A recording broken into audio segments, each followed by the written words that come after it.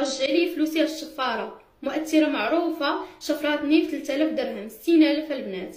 شفراتني في هذه المؤثره اللي عندها اكثر من 1,000,000 ابوني، راكم كلكم كتعرفوها. كانت داخله الحبس مؤخرا على واحد الخبر كاذب، شدات شهرين تقريبا بلا ما نذكر سميتها، نتوما كلكم غتكونوا عرفتوها. هذه المؤثره قبل ما تدخل الحبس كنت هضرت معها باش دير لي اشهار باش المنتوج ديالي تشهر. طلبات لي 3500 درهم. قلت لها اختي نعطيك 3000 درهم، هي واحد صاحبتها اخرى تنهضر لكم في الفيديو لما اجي نكمل لكم القصه ديالها حتى هي. المهم البنات قلت لها صوبي معايا حدا المهم باش تنازل لي على 3000 درهم. قلت ماشي مشكل، خدمتها من حقها ماشي مشكل. عطيتها 3000 درهم، سلفتها من عند راجلي البنات، عطيتها ليها وقلت لها اختي تبدا لي الخدمه. دارت معايا باش تبدا لي الخدمه 2 فيديوهات في كل سيمانه، ماشي مشكل. بدينا الخدمه، صيفط ليها البرودوي، صيفط ليها الفلوس سيغ بلاص، وصلتها. كنتسنى في السيده دير لي فيديو، ما دارش ليا 15 يوم وانا كنتسنى فيها، ما دارت ليا حتى شي فيديو.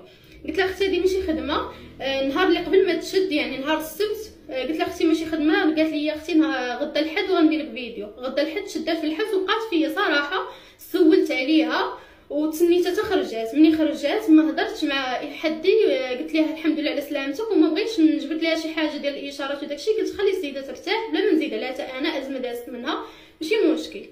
من بعد كنتسنى فيها دير لي فيديو، دارت لي فيديو واحد ماشي مشكل، ما كاينش الرسول، حنا كنقولوا خيرها في غيرها. دابا من بعد فيديوهات اخرين ندير ليا ان شاء الله فيديو يكون مزيان.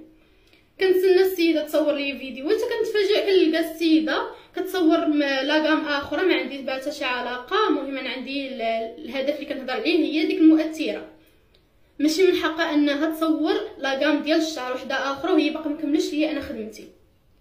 شهرين وانا كنتسنى فيك اختي، في الاخر كتجازيني بهذا الجزاء هذا. شنو زعما حقرتوني ولا شنو؟ ولا انت ولا صاحبتك الاخرى؟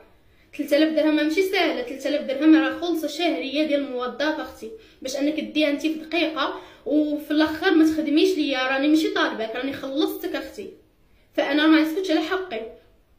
انا ما غنلتجاش للقانون حيت انت يلا خرجتي من ديك الازمه، ما يمكنش انا غنرجعك ليها، وما يمكنش نخلي والديك يقاسيو نفس القسوه اللي قاسوها معاك بسببي. فاختي اللي غندعيك القضاء الالهي اللي غياخذ ليا حقي منك، وغنشوف بعينيا وما غاديش نسكت اختي على هاد الظلم اللي ظلمتي لي انت ولا صاحبتك. حاجه واحده اخرى اختي، انك تقولي بان هذيك لاغام يلا يومين باش شديتيها، كتقولي بان هي عالجت لك شعرك، وهذه الكذوب في الكذوب. شنو زعما نتوما ما عندكمش الهدف المصداقيه ديال الناس كتخموا ليها ولا لا؟